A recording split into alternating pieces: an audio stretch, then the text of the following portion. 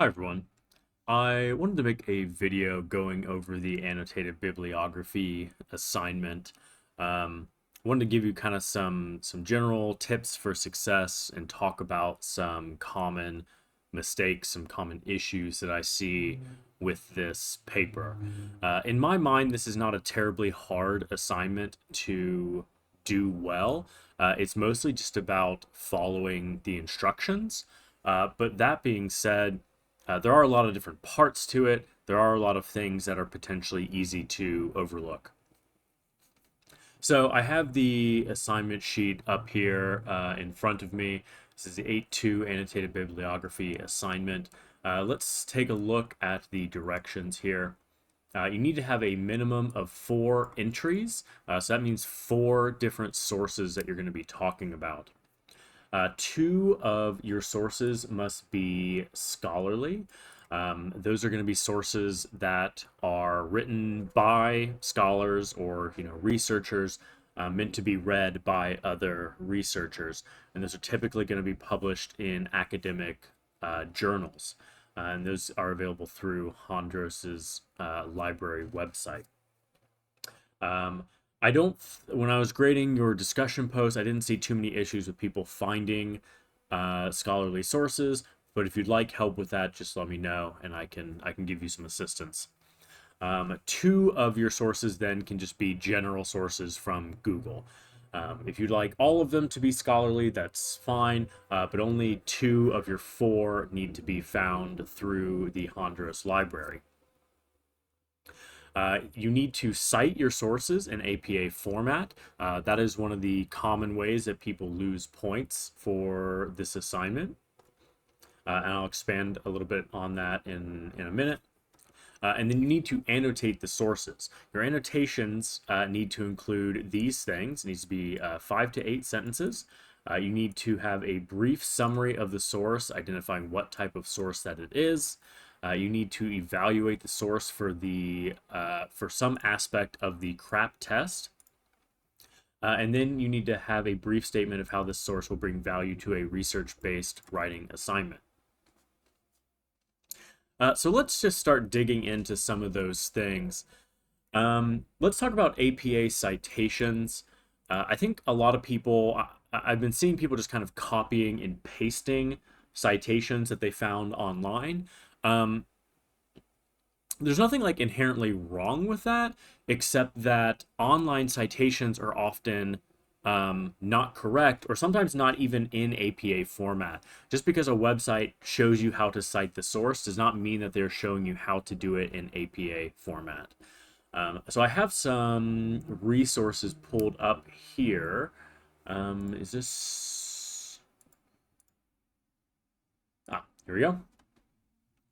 This is our library's main page for APA formatting. There's a bunch of really useful stuff here. We have like a tutorial on the basics. We have some in-text citation examples. We have some reference examples. Lots of good stuff here. The main thing I want to show you is there is a link. If you hit this, reference examples, it will take you to the APA website. And you will be primarily citing 2 different kinds of sources for this project. You'll be citing things from a journal, and specifically, you'll very likely be using a journal article with an article number. And this is what your citation should look like. And then let me find the other type of source that you'll be using. Let me go back. You would be using an online source, like a web page, yeah, web page on a website or reference. So let me take that a bit slower. We are on this page, reference examples. I went to online media and then web page on a website. And we have a few different types here. So like if you're using like a news website, you could follow these examples. You will probably, or like a lot of you are using government agency websites, like from the CDC. So you can follow this example here. Website with an organizational group author, like the World Health Organization. web page on the website with an individual author. So just scroll through these, find the one that is most applicable to the source that you are using, and copy the example.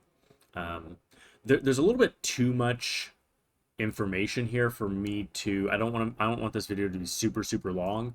So if you need help doing your citations, let me know and I can offer you some assistance with that.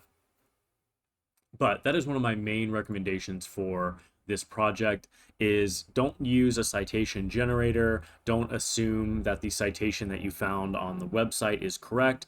I would type out your references by hand to ensure that they are accurate. I will absolutely take off points if the citations are not done correctly. Another tip for success is to explicitly mention one of the components of the CRAP test.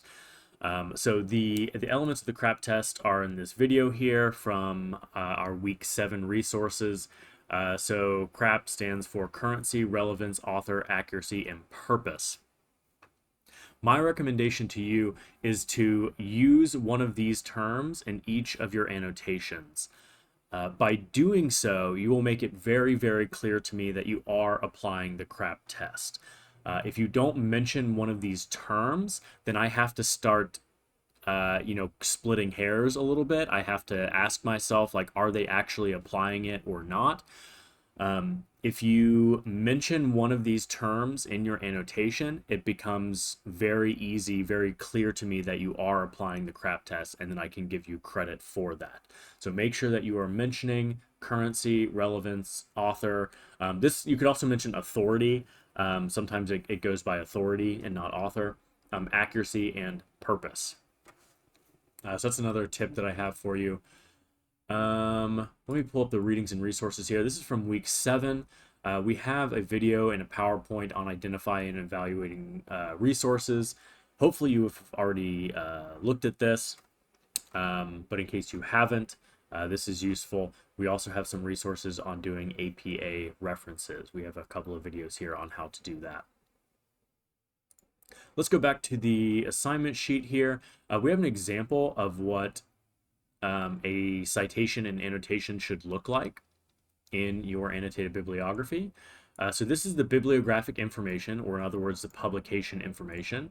So we have the authors of the source, we have the year that it was published, we have the title of the article, we have the journal that it was published in.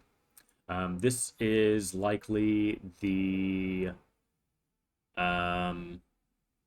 volume or issue number. It's not entirely clear based on this source. Usually there are 2 numbers here, and then the pages that it is on. Then we have the annotation, which includes a summary of the source as well as an evaluation of the using the CRAP test and an explanation of how the source might be useful. Notice here that they're also using a hanging indent, so the first line of the reference is not indented, and then all other lines are. That is how yours should look as well. And so let's pull up an example here. You may have overlooked this. We have an annotated bibliography example, which I think is very helpful. So this shows you what your title page should look like. And this shows you what the whole annotated bibliography should look like. Notice that the citations are listed in alphabetical order. Notice that we have this hanging indent here where the first line is not indented and all the other lines are. We have the reference or the citation, whatever you want to call it, at the top, followed by the annotation. Then we move on to the next source. We have the reference and then the annotation. Anything else that I want to point out here?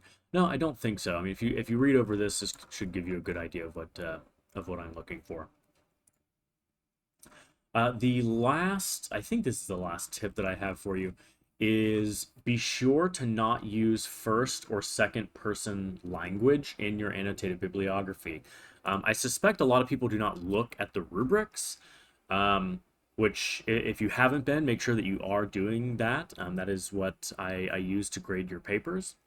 And you'll notice that having an APA citation, that's worth 15 points. So it's a pretty big chunk of your grade. Clearly using the crap test is 20 points of your grade. So, you know, if you're not clearly using the crap test to evaluate your source, that's basically an automatic 20 points that you are losing.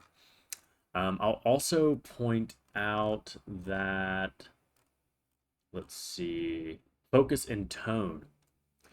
So, according to the rubric, you should write this annotated bibliography formally. You should not use first person language, which is I, me, my, we, our. You should also not use second person perspective or point of view, which is saying you or yours.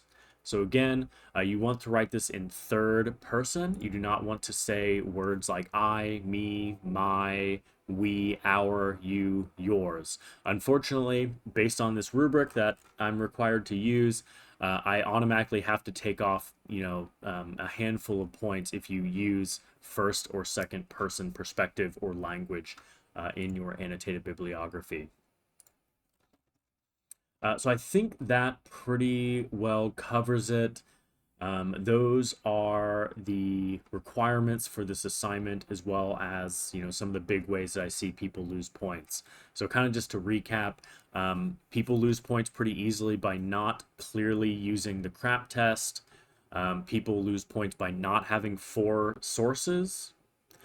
People lose points by not having correct APA citations, and people lose points by using first or second person perspective. So I hope this video helps clear things up for you. Feel free to follow up with me if you want more examples or if you have any follow-up questions.